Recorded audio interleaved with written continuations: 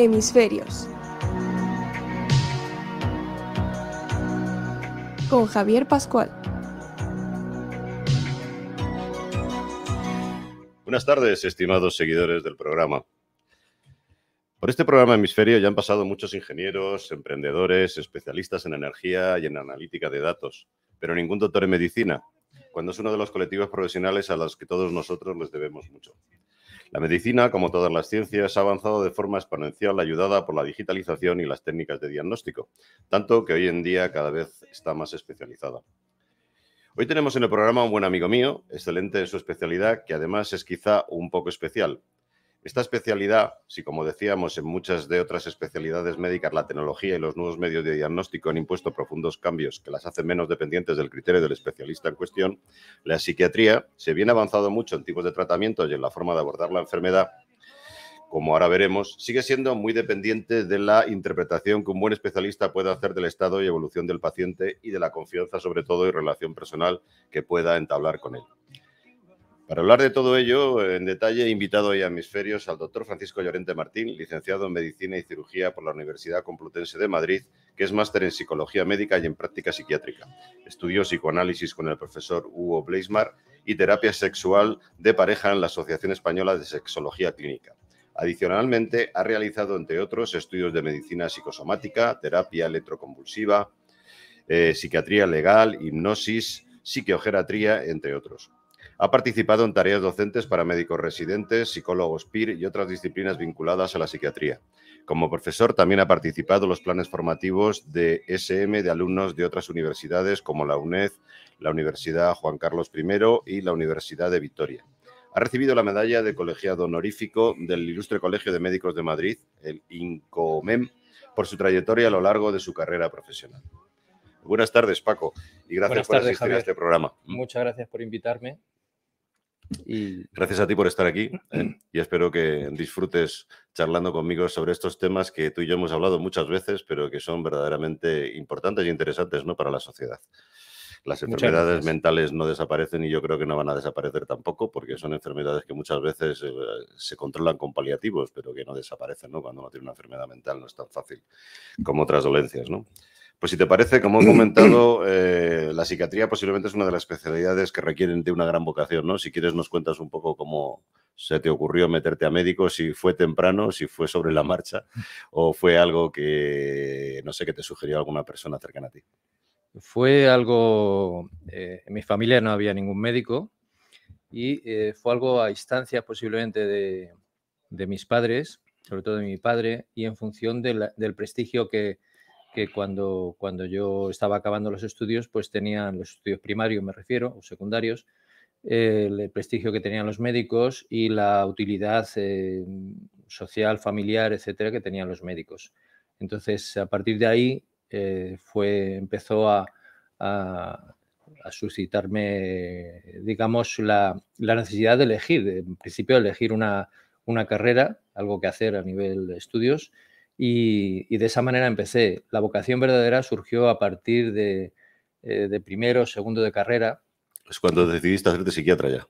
Y no, la vocación de médico real fue a raíz porque al principio es algo que, bueno, que sí, que inicias después de COU, inicias la carrera, pero no tienes mucho conocimiento de qué es en sí la carrera, ¿no?, de medicina. Pero a partir de primero o segundo ya sí que surgió la vocación para ser médico y luego, muy poquito después, posiblemente también en segundo, en tercero, en segundo de carrera ya teníamos psicología médica. Y a partir de ahí surgió ya la vocación de la parte de la psiquiatría, psiquiatría como especialidad, que luego es la que hice.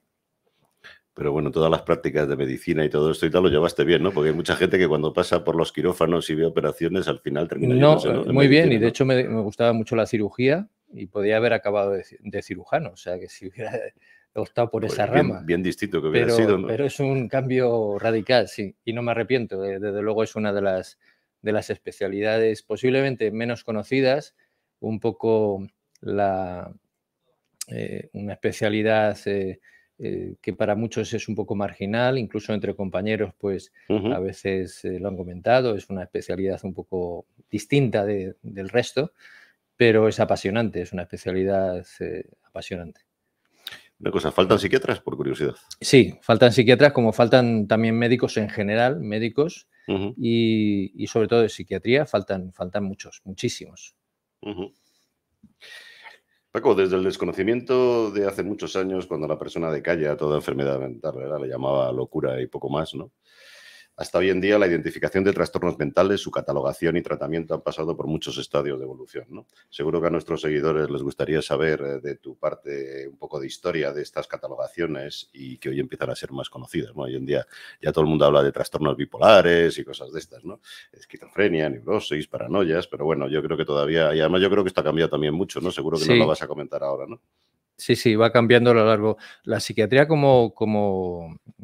digamos, como elemento social o elemento, en cuanto a las enfermedades, elemento patológico, ha existido desde que existe el ser humano, o sea, es consustancial al ser humano. Pero como ciencia tenemos que remontarnos al siglo XVIII, finales del Ujú, XVIII, para empezar a hablar de ciencia en el sentido más estricto, incluso a comienzos del XIX, y como elemento social ha sido una especialidad o una ciencia, digamos, una disciplina ujú. muy marginada, muy marginada, muy mal vista, muy tal.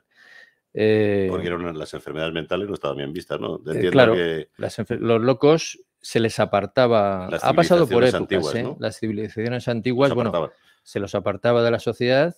En la Edad Media, curiosamente, en la Edad Media se les trataba mejor que luego en siglos posteriores, antes de llegar a la época más reciente, pero porque se les apartaba simplemente de la sociedad, se les excluía, ¿no? Y iban vagando por los campos, a lo mejor, y no querían saber, la gente no quería saber nada de ellos, pero de alguna manera no se les encadenaba como luego se les encadenó y estaban entre las cárceles o centros similares, atados con cadenas o perseguidos o quemados en la hoguera, como sucedió en la época de la Inquisición durante varios siglos, que se les quemaba por Pensaban que muchos. estaban poseídos, ¿no?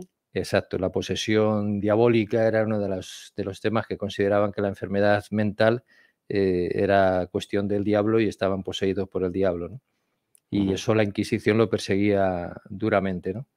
Entonces, han estado perseguidos, han estado maltratados continuamente durante muchísimos siglos y digamos que como elemento rompedor o que de alguna manera supone un hito histórico hay un psiquiatra o un médico, en cualquier caso, porque en aquella época la psiquiatría como tal no existía de una manera arreglada, que fue Philippe Pinel en Francia, que fue el que liberó en la Bicetrie de París, liberó de las cadenas a los alienados, a los locos, ¿no?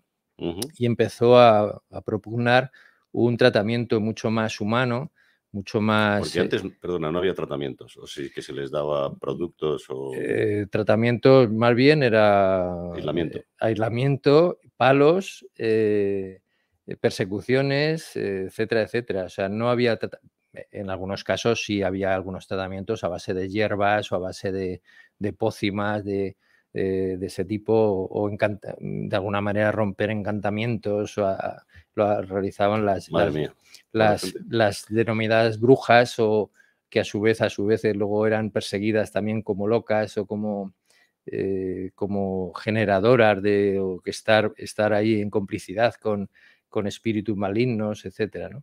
Ujú. Es muy complejo, pero a lo largo de la historia ha habido con altibajos, pero en general a los locos se les ha maltratado y se les ha perseguido durante muchos Perdona siglos. que te interrumpí. Entonces, ¿cuándo empiezan los primeros tratamientos? ¿A partir de esta Los persona? primeros tratamientos que podemos considerar medianamente lógicos empiezan a partir de finales del 19, quizá con Pinel.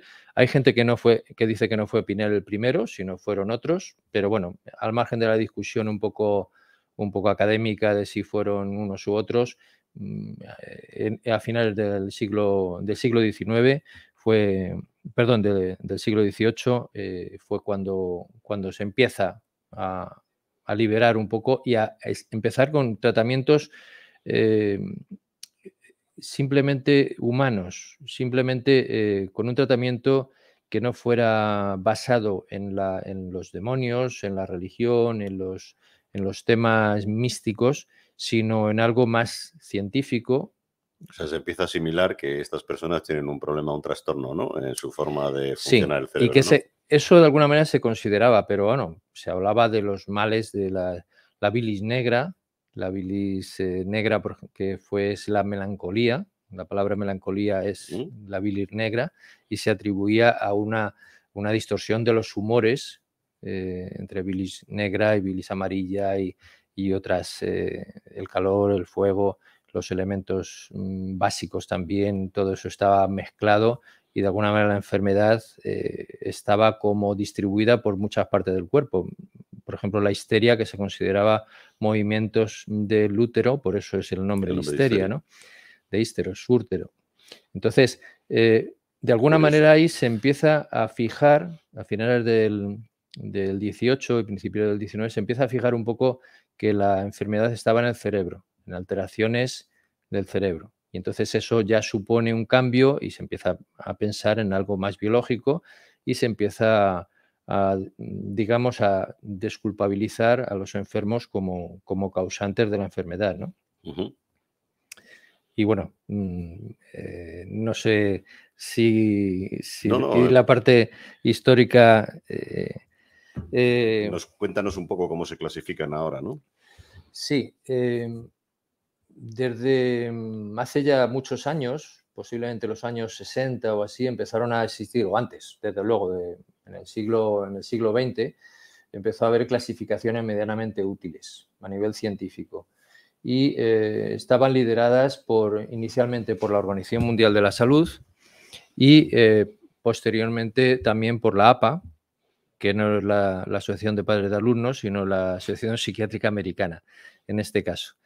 Entonces, han estado prácticamente en paralelo, la OMS y la APA, redactando clasificaciones en las que colaboran. En la APA, básicamente, los psiquiatras norteamericanos y en la OMS, psiquiatras pertenecientes a todo el mundo. Hay pequeñas variaciones, pero son prácticamente un calco una de otra en las clasificaciones. Y se siguen, a veces, en las numerosas ediciones, numerosas, en la CIE, que es la de la OMS, va por la edición número 11 y la americana va por la edición número 5 y estarán preparando la 6, no sé si habrá salido ya. Entonces, en las ediciones se introducen nuevos cambios y se van modificando cosas, pero cada vez son menores porque, digamos, se aquilata más lo que son las enfermedades. Se les da un número, una letra, etcétera, para tenerlas clasificadas. Y hay muchísimas enfermedades psiquiátricas que mucha gente a nivel popular se conocen muy poquitas, así pues la esquizofrenia, la depresión, los trastornos bipolares, los trastornos obsesivos, fóbicos, etcétera, pero hay muchísimas más y luego a su vez cada una de estas se subdivide en muchas variantes que realmente son prácticamente enfermedades distintas unas de otras. ¿Ah, sí? ¿Y vosotros las catalogáis y tratáis diferente a la gente, a los claro, pacientes, según lo...? Claro, porque hay que, para tratar a los pacientes hay que saber primero qué enfermedad tiene, diagnosticar de forma eficaz y a partir de ahí aplicar un tratamiento correcto. Es igual que las enfermedades infecciosas, no es lo mismo tratar ahora que ha estado el COVID aquí entre nosotros hasta hace relativamente poco, pues no es lo mismo tratar una enfermedad como el COVID, que es por un virus respiratorio básicamente, a tratar una enfermedad, yo qué sé, la tuberculosis o tratar una enfermedad por hongos, etcétera, ¿no? Cada una requiere un tratamiento distinto, un antibiótico, un antiviral, un antifúngico, etcétera. Entonces, en función de eso, tenemos que aplicar un tratamiento distinto. Y las enfermedades mentales también. Entonces, tenemos que clasificarlas lo mejor posible, hacer un diagnóstico lo más acertado posible y a partir de ahí aplicar el tratamiento correcto. Curioso, pero ahora casi todo el mundo habla de trastorno bipolar y poco más. Parece que todo el mundo tiene trastornos bipolares, ¿no? ¿O eso es una generalidad dentro del tipo de enfermedades? Sí, el trastorno bipolar es una de las enfermedades, una de las muchas que hay. y es bastante frecuente, pero hay muchas otras. Hay muchas otras. Hay un detalle que sí me gustaría decir en cuanto al diagnóstico de las enfermedades mentales.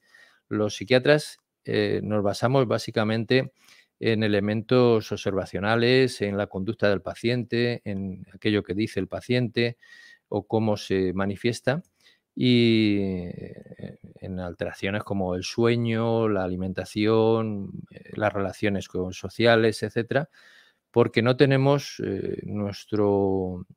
digamos, el objeto de nuestro estudio es el cerebro, pero no tenemos marcadores determinados, como alguien que pueda tener una diabetes y mide los niveles de De glucosa, o alguien que tenga una insuficiencia renal y mides Sí, es lo que la decíamos creatinina, antes, etcétera. depende de vuestra percepción. Entonces, hace mucho los psiquiatras no seáis tan homogéneos. Los habrá que aciertan siempre y otros que aciertan menos, ¿no? Sí, Porque es mucho más difícil para vosotros que para los médicos, que hoy en día tienen una batería de pruebas y al exacto. final todos van a llegar al mismo sitio. Exacto. Nosotros hacemos también, bueno, las pruebas de neuroimagen han ayudado mucho, evidentemente, desde las antiguas radiografías normales o con ¿Se contraste. detectan alteraciones con Sí, imágenes se cerebrales? detectan alteraciones, por ejemplo, la esquizofrenia, pues desde hace tiempos ya muy remotos, de cuando empezaba yo a estudiar la especialidad, ya se sabía, por ejemplo, hay una dilatación de los ventrículos cerebrales, que son unas cavidades que hay en el cerebro, sobre todo a nivel central, y hay una dilatación. Lo que no se sabe, y se sigue prácticamente sin saber, es qué relación tiene con las alteraciones que tiene el enfermo. Y incluso no se sabe si son previas o posteriores al comienzo de la enfermedad. Entonces, igual que esa, hay otras alteraciones que se pueden observar. Lo complicado es ligar las alteraciones con la patología, con los síntomas, mejor dicho. O sea, que lo vuestro es casi un arte. Sí, yo creo que es un arte. Bueno, la medicina en general es un arte, pero en el caso de los psiquiatras, y creo que tenemos una obligación más de ser más artistas que el resto de los compañeros. Espero que no se molesten. ¿Influye la afinidad con el paciente? Puede ser, ¿no?, que un psiquiatra al final no pueda diagnosticar bien porque no tenga la afinidad con ese paciente. ¿O tratáis vosotros de evitar ese problema? Sí, la afinidad, la empatía con el paciente es fundamental, pero eso para cualquier médico. Para cualquier médico tiene que tener empatía, tiene que conectar con el paciente desde el punto de Sí, pero en vista vuestro caso hemos dicho que es humano. más importante, porque yo Sí, puedo ser, un médico puede ser no empático conmigo, me manda una batería de pruebas y ya y da está. igual, ya me ha Eso es, diagnosticado. eso es, Eso sí, ya otro porque me cae mal, pero eso la es. enfermedad ya sabemos que es esa, ¿no? Sí, sí, o un cirujano te mete en quirófano, Pero es que el diagnóstico te du- depende de esa empatía, ¿no? claro, sí. No tanto el diagnóstico. Un médico, aunque no empatice, o sea, un psiquiatra, aunque no empatice, podría diagnosticar bien, ¿no? Pero luego el tratamiento sí requiere una parte, por ejemplo, para que un enfermo se tome la medicación, hablando de, por ejemplo, enfermedades como la esquizofrenia, tienes que convencerle al paciente de que se tome la medicación, porque hay un porcentaje elevado de pacientes que, sobre todo en fases agudas o en fases activas de la enfermedad, no tienen conciencia de estar enfermos y no se van a tomar la medicación. Entonces, la labor del psiquiatra ahí, la primera, es empatizar con el paciente, de alguna manera echarle la mano por encima del hombro y convencerle de que tiene que tomarse la medicación. Ujú. Entonces, esa labor, si no empatizas con el paciente, si no te alías, si no haces la alianza terapéutica, que eso es necesario en cualquier médico, si no haces esa alianza terapéutica, va a ser bastante más difícil que el paciente colabore. Ujú. Si quieres, Paco, comentamos ahora. El tratamiento de enfermedades mentales hay muchos profesionales, ¿no? Y especialidades que contribuyen activamente, como sois los psiquiatras, los psicólogos, los psicoanalistas. Además, en las últimas décadas han cambiado mucho la forma de tratar, como decíamos, a estos pacientes, en cuanto a hospitalización y tratamiento ambulatorio, que ha mejorado mucho la condición de vida de ellos, ¿no? ¿Nos puedes contar más al respecto en cuanto a cómo se tratan ahora y las especialidades que son afines a la psiquiatría, como decía, psicólogos, etcétera? ¿Qué es el psicoanálisis, por ejemplo? Sí, Tú eres psicoanalista también, ¿no? sí, aunque no he ejercido mucho como psicoanalista porque me aburría, tengo que decirlo sinceramente. ¿Por qué? Pues entonces, Eh, indiscreción. no, eso, estuve un tiempo psicoanalizando algunos pacientes y tal, que me parecían adecuados para ello, pero eso es estar sentado un poco a la cabecera de del paciente y el paciente en el diván contando su vida y su historia, pues me aburría. Me gusta más algo más dinámico. Y luego sí encontré una variante que procede también a nivel académico, es una especie de derivación del psicoanálisis, que es el análisis transaccional, que es algo más vis a vis, más directo, y sí ha aplicado las teorías del psicoanálisis en tratamientos aplicando análisis transaccional y también lo que son las enseñanzas del psicoanálisis. A mí me ha servido mucho. Yo creo que el psicoanálisis, bueno, quizá me estoy desviando con relación a los profesionales, ahora vuelvo a ello, pero ya que he cogido por este lado. El psicoanálisis es un sistema que en su momento fue muy válido, que ha sido luego muy criticado porque no tiene base científica, porque cada paciente es único y una de las cosas fundamentales en ciencia es que se puedan replicar los experimentos. Y en el caso del psicoanálisis son uno a uno cada caso y no son repetibles, aparte de que son larguísimos, costosísimos, etcétera, ¿no? Digamos que estarían destinados a una élite que pudiera pagárselo, pero ni siquiera en ese sentido es útil del todo porque se puede tirar años una persona para resolver un conflicto, no un conflicto intrapsíquico. Entonces, es querido por muchos y denostado por otros. A mí, desde luego, yo lo considero muy válido, sobre todo para entender cómo funciona la mente. Y luego para aplicar esos conocimientos directamente con el paciente, quizá no de la forma ortodoxa, de diván y tiempo reglado, pero sí de otra manera un poco más heterodoxa. Y volviendo al tema de los profesionales, los médicos generales, médicos de primaria, atención primaria o de cabecera, los especialistas en psiquiatría. Y este año hay que decir que los especialistas en psiquiatría infantil o infanto-juvenil, que este año se ha incluido ya como especialidad en la formación MIR, son, digamos, los que están en primera línea de batalla, ¿no? Pero hay muchos otros profesionales involucrados, como son todo el cuerpo de enfermería, que también existe especialidad de enfermería psiquiátrica, muy importante, porque para tratar a los enfermos psiquiátricos se necesita, digamos, una especialidad también en el sentido, en cuanto a enfermería. Están los trabajadores sociales, los psicólogos, por supuesto, los psicólogos que forman una parte muy, muy importante también para tratar muchas dolencias psiquiátricas, aunque lo recomendable para la mayoría es que pasen por un médico general o médico psiquiatra, porque hay patologías que hay que, digamos, hay que descartar antes de meterse en un proceso con un psicólogo, descartar si alguien tiene por ejemplo, un tumor cerebral o tiene un aneurisma o tiene una patología que va a ser más fácil que lo detecte un médico que un psicólogo, ¿no? Que simplemente por formación. Entonces, siempre es conveniente que la vea un médico previamente, pero desde luego el psicólogo es fundamental también para la mayoría de los trastornos, incluso para los trastornos graves. Y luego hay otros profesionales como los trabajadores sociales que tienen que evaluar la situación sociofamiliar del paciente, tienen que ver qué cosas de su vida están influyendo tanto en el origen como en el desarrollo, como en el mantenimiento de la enfermedad y aportar los recursos que se puedan hacer para eso, ¿no? Otros profesionales que puede haber también son educadores sociales, terapeutas ocupacionales, muy importante en los centros cerrados, en los hospitales psiquiátricos en los que el paciente... ¿Sigue habiendo hospitales psiquiátricos?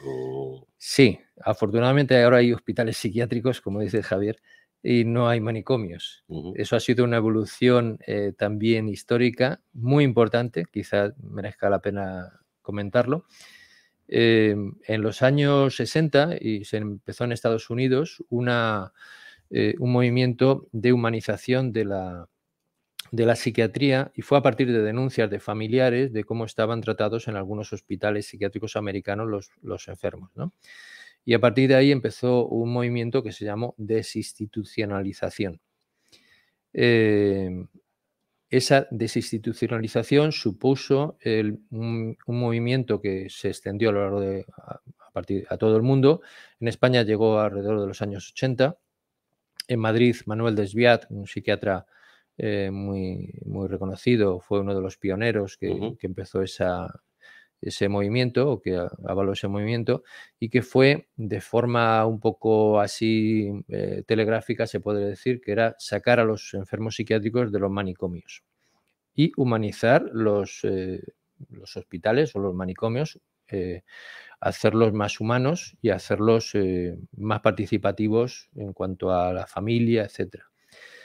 Esto también se pudo hacer porque a partir de los años 50, 40, 50 del siglo XX, parece que estamos hablando prácticamente de un siglo, a partir de ese momento aparecieron los primeros tratamientos medianamente eficaces. Apareció en los años 30 el electroshock, aparecieron determinados fármacos que inicialmente con potencia sedativa, como los barbitúricos, y posteriormente, en los años 50, los antipsicóticos y los antidepresivos. Entonces, a partir de ese comienzo de la química, de una química más eficaz, se pudo también ir un poco en paralelo, liberando a los pacientes de estas segundas cadenas, que eran los manicomios, que aunque no estaban atados con cadenas, sí estaban apartados de la familia. Los manicomios estaban en los extrarradios de las ciudades y en unos momentos en los que la movilidad no es la que tenemos ahora, que a lo mejor en media hora nos podemos presentar con el coche en la puerta del manicomio, sino que en aquella época era bastante más difícil, de forma que un enfermo que estaba en un hospital, sanatorio o tal, en el extrarradio, pues suponía que la familia a lo mejor le veía 2 veces al año o un poco más. Entonces, aparte de luego, eso suponía un distanciamiento absoluto entre las familias y el enfermo, ¿no? Entonces, porque los enfermos, una cosa es que sean enfermos mentales y otra cosa es que no tengan sentimientos y no tengan que tener vinculación con la familia, etc. O sea que... Pues si te parece, Paco, cortamos ahora para publicidad y seguimos luego. Encantado. Muy bien. Escúchanos en Madrid en el 102.1. Doctor García Nieto, de Dentino Odontólogos. La salud no tiene precio, pero sí tiene un coste, y siempre su tratamiento es único. Su salud no está en oferta. Más de 100.000 tratamientos nos avalan y colaboramos con sociedades médicas. Poder reír, comer, relacionarse, llámenos 91 578 1311. Dentino Odontólogos, Jorge Juan 83 y feliz sonrisa.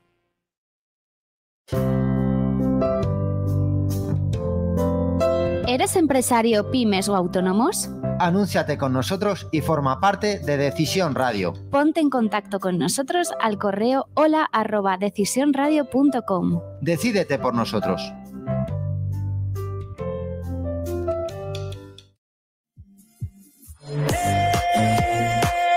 La noche más divertida está en Caro Club, calle Génova 28. Diferentes sesiones de miércoles a domingo y sesión de tardeo con música en directo de jueves a sábado desde las 5 de la tarde. Toda la programación y las reservas VIP en www.caroclub.com.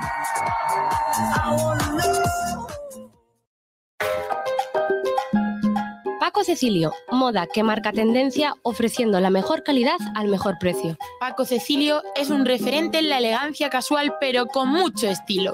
En cualquiera de nuestras tiendas distribuidas en la Comunidad de Madrid encontrarás la moda más apropiada para cada ocasión. Un estilo elegante, atemporal y abierto a muchos públicos y momentos del día. Estamos en Parque Corredor de Torrejón de Ardoz y el Centro Comercial La Dehesa de Alcalá de Henares. Y las 24 horas en www.pacocecilio.com. Paco Cecilio, moda hombre. Más de 42 millones de fondos europeos e impulso de la Agenda Urbana 2030. Hecho. Mejores cifras de paro de los últimos 14 años. Hecho. Más deporte y mejores instalaciones para nuestros deportistas. Hecho. Trámites más ágiles y cercanos para nuestros vecinos. Hecho. Ciudadanos, una legislatura centrados en ti y en la ciudad. Grupo Municipal Ciudadanos. Ayuntamiento de Alcalá de Henares.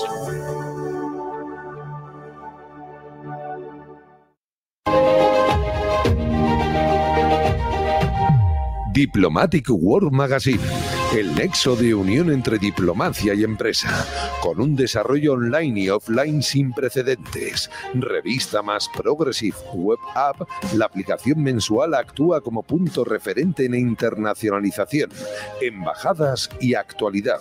Si quieres estar informado de las noticias y eventos más importantes, regístrate en la web www.diplomaticworldmagazine.com y recibe la revista todos los meses. Te esperamos en nuestras redes sociales.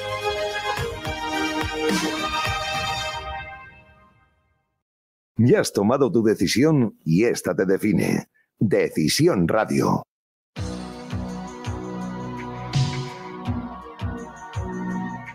Sí, Paco, nos habíamos quedado antes en el tema de los centros, si te acuerdas. Para los tratamientos que hoy en día, que estabas comentando, que había muchos, había cambiado mucho el tema de los manicomios, los hospitales hoy en día de salud. Sí, en ese sentido, bueno, enganchando con lo que es la desinstitucionalización, quieras, digamos, sacar a los enfermos de los centros cerrados a cal y canto, en la mayoría de los casos. Claro, la alternativa a esos centros, que en su momento fueron necesarios, o por lo menos no se encontró, la sociedad en aquellas épocas no encontraban otra manera de solucionar el problema, la alternativa es crear una asistencia en red, que es lo que se llamó, lo que era la alternativa. En red significa que tiene que haber una serie de centros para atender a esos pacientes que ya van a estar con su familia y que van a necesitar en cualquier caso un apoyo. Eso ha sido posible para la mayoría de los enfermos, aunque hay un pequeño porcentaje. Digamos que es como ambulatorio, ¿no? Es ambulatorio, exactamente. Esa sería la diferencia fundamental. Para eso están los hospitales. Fue una lucha tremenda el conseguir que la psiquiatría se incluyera en los hospitales generales. No existía hasta épocas, salvo algún hospital concreto y puntual, pero para la mayoría de los temas psiquiátricos se trataban en hospitales psiquiátricos. Manicomios o centros psiquiátricos o sanatorios psiquiátricos, llamados como se quiera, llámesen como se quiera, pero en cualquier caso eran centros exclusivamente para el tratamiento de enfermos psiquiátricos. Incluirlo como una enfermedad más, como un trastorno más, e incluirlo en los hospitales generales supuso una lucha titánica durante muchos años. Ahora prácticamente todos los hospitales generales tienen una unidad más o menos grande para atender a los pacientes psiquiátricos y en relación a eso está vinculado a las urgencias psiquiátricas que están en los hospitales generales, una unidad más o menos de camas adecuadas a la población que atiendan en cada zona y están vinculados a eso los centros ambulatorios, que son el Centro de Salud Mental, los CSM, en el caso de Madrid, que se llaman así, y centros adyacentes de todo tipo, desde los hospitales de corta y media estancia, que son hospitales, digamos que vinculados a los antiguos sanatorios, en el caso de Madrid, por ejemplo, Leganés o el Rodríguez Lafora, y en el caso de otro tipo de atenciones, digamos, esas serían las internados, y luego ambulatorios como tal, perdón por que me estoy liando con este tema, por centros de día, centros de rehabilitación psicosocial, mini residencias, pisos protegidos o tutelados, y luego unidades específicas para tratar los trastornos de personalidad, los trastornos de conducta alimentaria, la anorexia, la bulimia, etcétera. Y luego los centros para las toxicomanías o dependencias, centros para alcohólicos, centros para drogas de otro tipo, y que son los CAD y los CAID, y vinculado con eso de una manera más estricta para los trastornos duales, que son los trastornos que tienen una patología doble, psiquiátrica y derivada del consumo de drogas, que hay un porcentaje elevado en la población.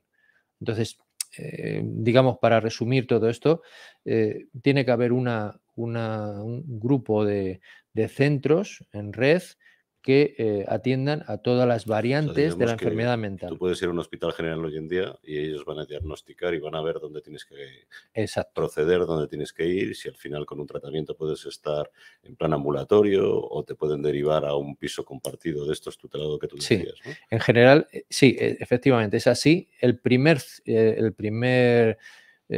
Digamos, la primera barrera o el primer punto donde se va a acudir es, o bien, si no es algo urgente, va a ser el médico de familia, el médico de primaria, y si es algo más urgente, las urgencias hospitalarias. Y a partir de ahí, el médico que te atiende ya decide si ingresas, si tienes que ingresar porque sea una patología urgente, por ejemplo, un brote psicótico, o bien te puede derivar al centro de salud mental para seguir un tratamiento ambulatorio.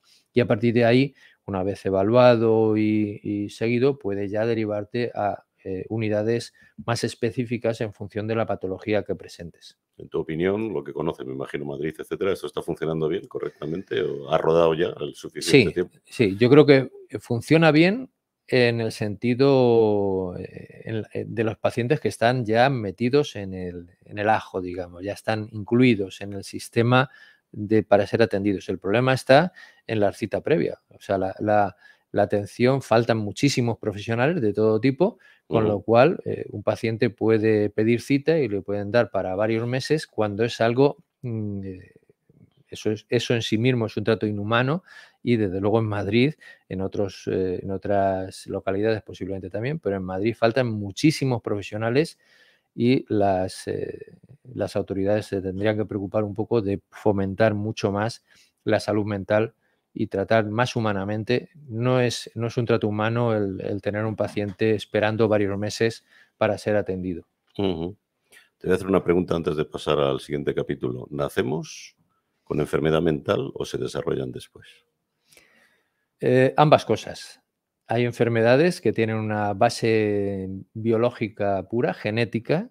En el caso, por ejemplo, de la esquizofrenia, de los trastornos bipolares, está demostrado. Hay un montón de genes involucrados. ¿Se trabaja hoy en genética eso? Se trabaja. ¿O se identifica, por lo menos? Sí, están identificados. Yo hace ya un tiempo que no lo miro, pero la última vez que miré, por ejemplo, la esquizofrenia, había 20 y tantos genes ya identificados como alteraciones vinculados a la esquizofrenia, ¿no? El problema está luego en manejar eso. O sea, de momento pero bueno, estamos en una fase, a lo mejor dentro de 10 años, 15, 20, no sé con qué velocidad avanzará esto.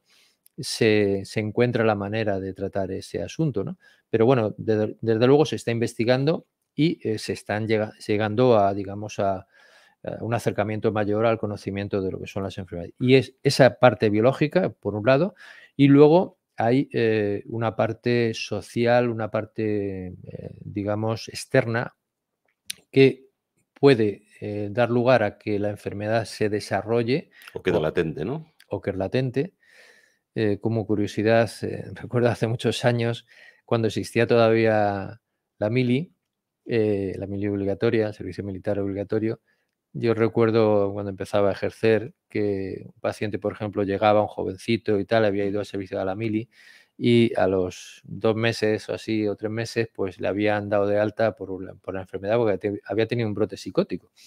Las madres, lógicamente, pues de una manera muy humana, pues relacionaban la mili con la enfermedad, ¿no? A mi hijo, que estaba bien, le han vuelto loco en la mili, ¿no?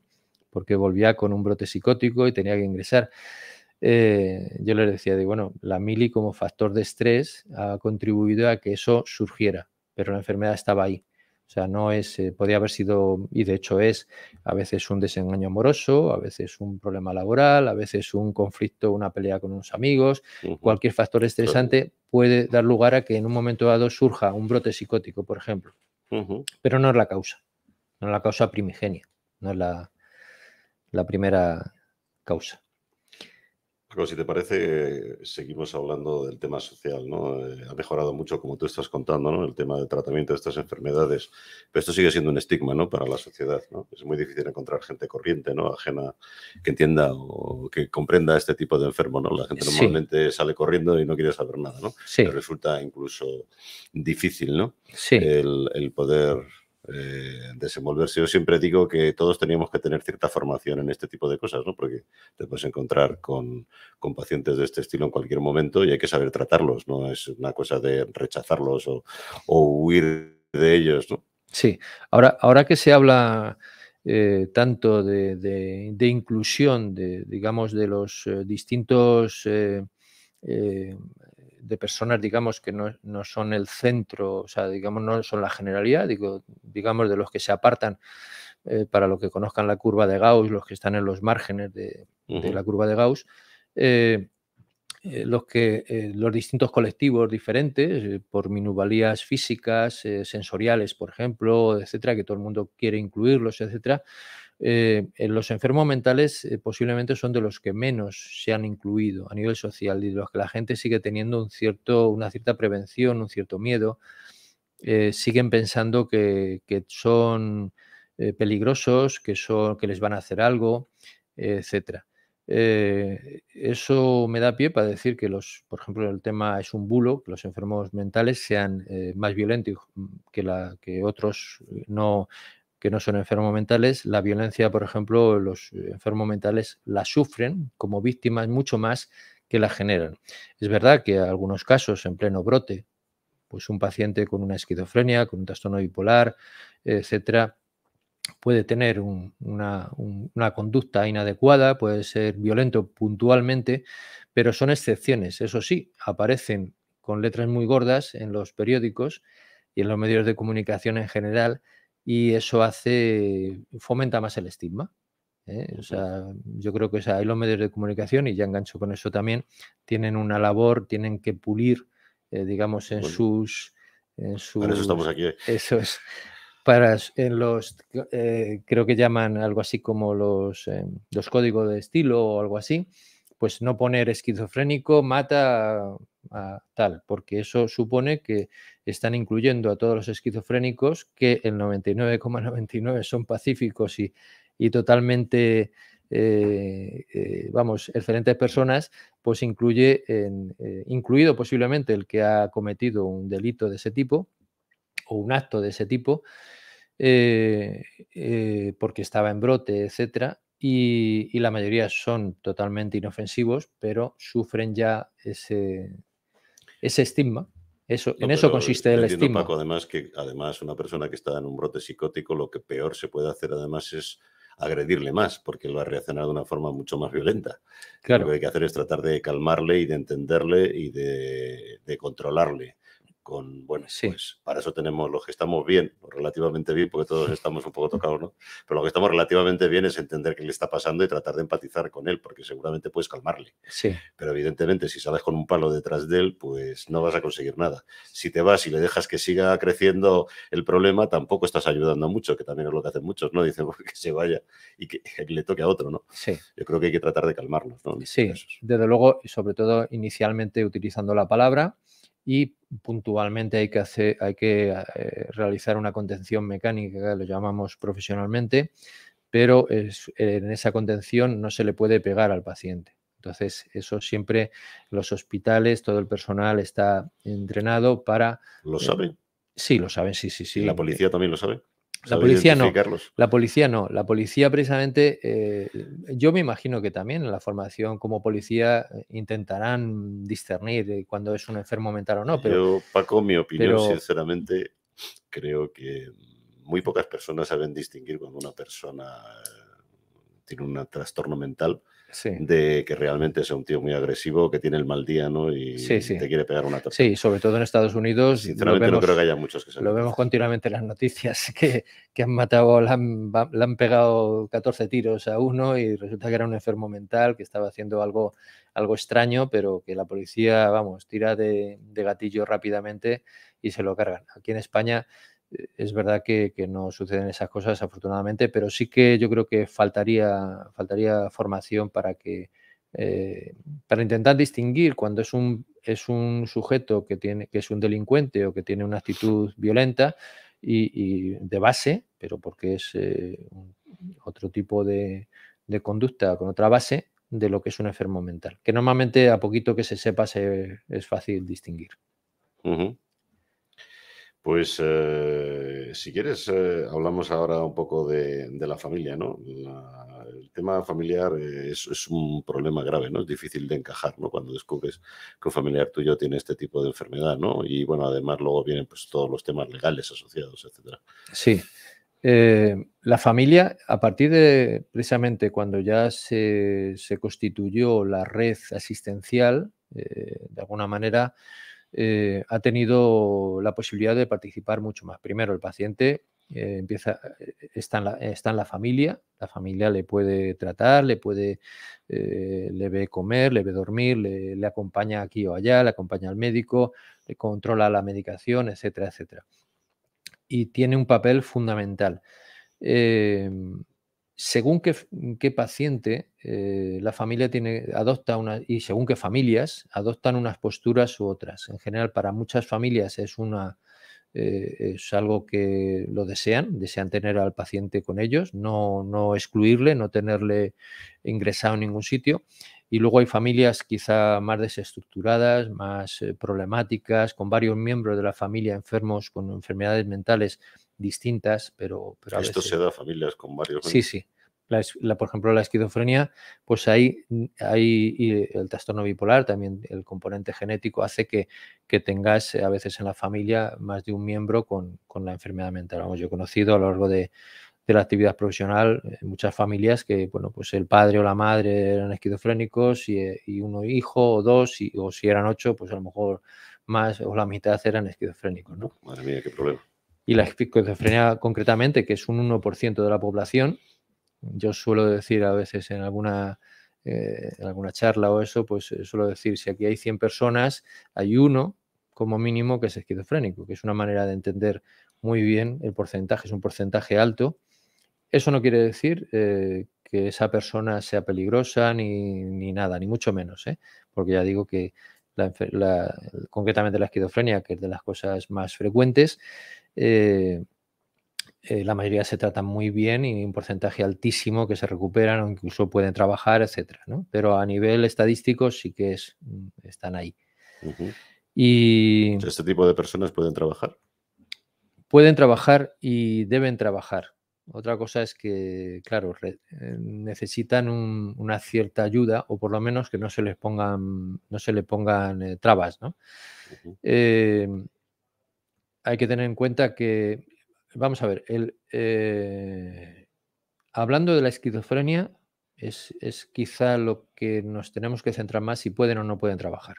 Hablando de la enfermedad mental en general, quiero decir, alguien que tiene trastornos obsesivos, trastornos fóbicos, cuadros, problemas de la alimentación, tipo anorexia, bulimia, tipo los trastornos bipolares, por supuesto, depresivos, etcétera. Todo ese tipo de enfermedades pueden trabajar y de hecho trabajan. La mayoría de la gente trabaja más o menos, con sus problemas también, pero trabajan.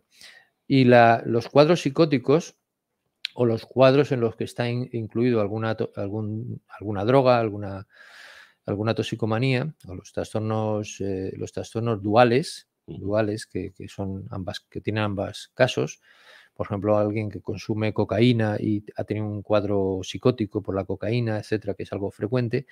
Esos casos pueden tener más dificultades para encontrar trabajo, porque de alguna manera los brotes o la desestructuración que pueden tener va a dar lugar a que si consiguen trabajo cuando tienen el primer episodio así un poco de distorsión o de falta al trabajo o lo que sea, pues lo van a perder y entonces resulta bastante más complicado. Pero para eso existen los mecanismos de digamos, trabajo protegido o determinados trabajos. Yo recuerdo siempre un paciente que trabajaba como reponedor en un centro de estos de tipo de grandes superficies. De grandes superficies. no quiero hacer publicidad. Y recuerdo que era un chico cumplidor al máximo, iba siempre antes de acudir al trabajo, el día que iba a consulta a revisión, pues iba, pedía una hora o 2 horas para poder ir a la consulta y luego decía, bueno, me tengo que ir porque tengo que ir a tal hora y tengo que fichar y tal. Y un chico cumplidor, magnífico, queridísimo en su trabajo. Entonces, quiero decir, los empresarios tienen también algunos beneficios fiscales.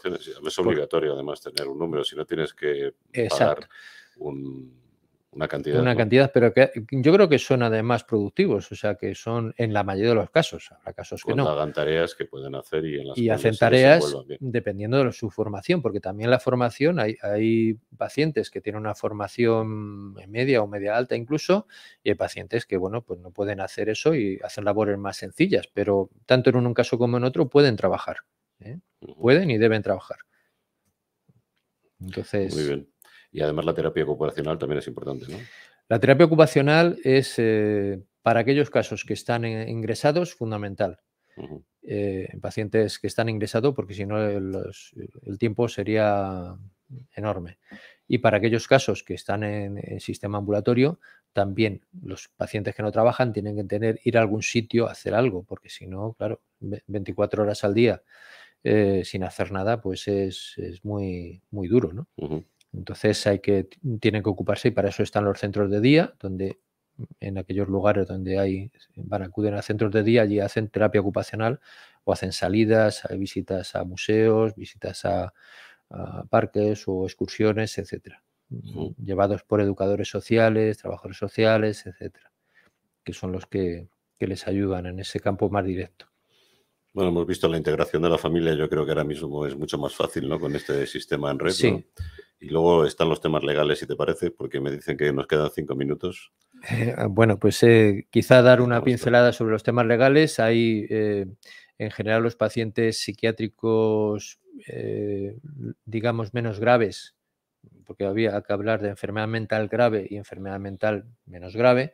Los casos de enfermedad mental grave a veces requieren intervenciones como son la incapacitación o al menos la curatela, que es una figura menos conocida, pero que es el nombramiento de un tutor para gestión de sus bienes y que no puedan enajenar por 4 duros un inmueble o que no puedan ser engañados, porque normalmente son víctimas, y eso lo he vivido también con algunos pacientes, son víctimas de gente sin escrúpulos que en un momento dado ven que alguien pueda tener bienes o lo que sea y pretenden a lo mejor pues sacarles dinero de una manera o de otra de forma totalmente desalmada.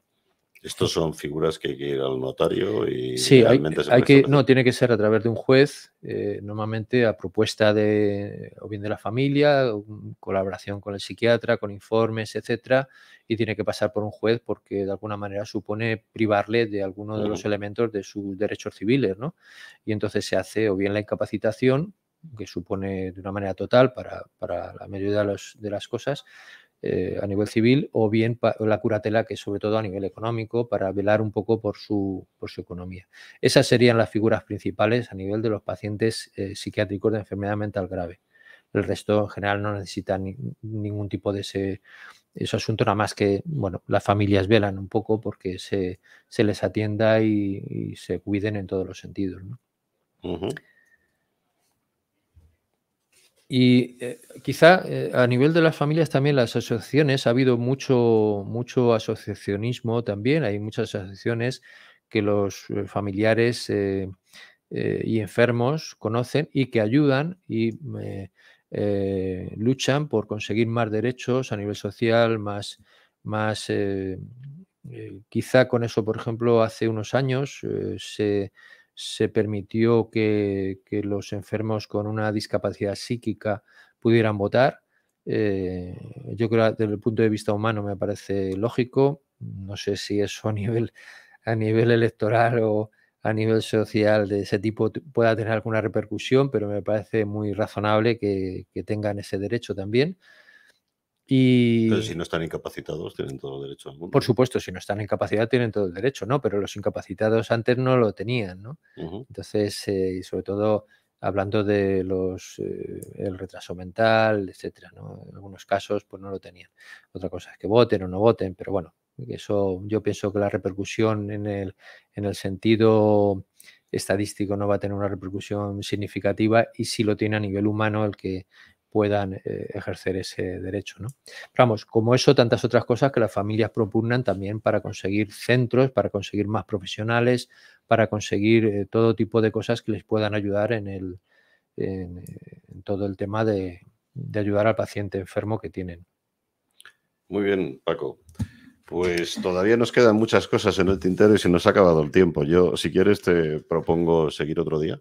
Pues por mí encantado, he estado muy a gusto. Porque todavía tenemos temas que tratar y yo creo que son importantes. Sí, sí, por mi parte, cuando quieras, Javier. Ha sido un placer. Muchas gracias y bueno, hasta el próximo día. Gracias, Javier. Hasta el próximo día.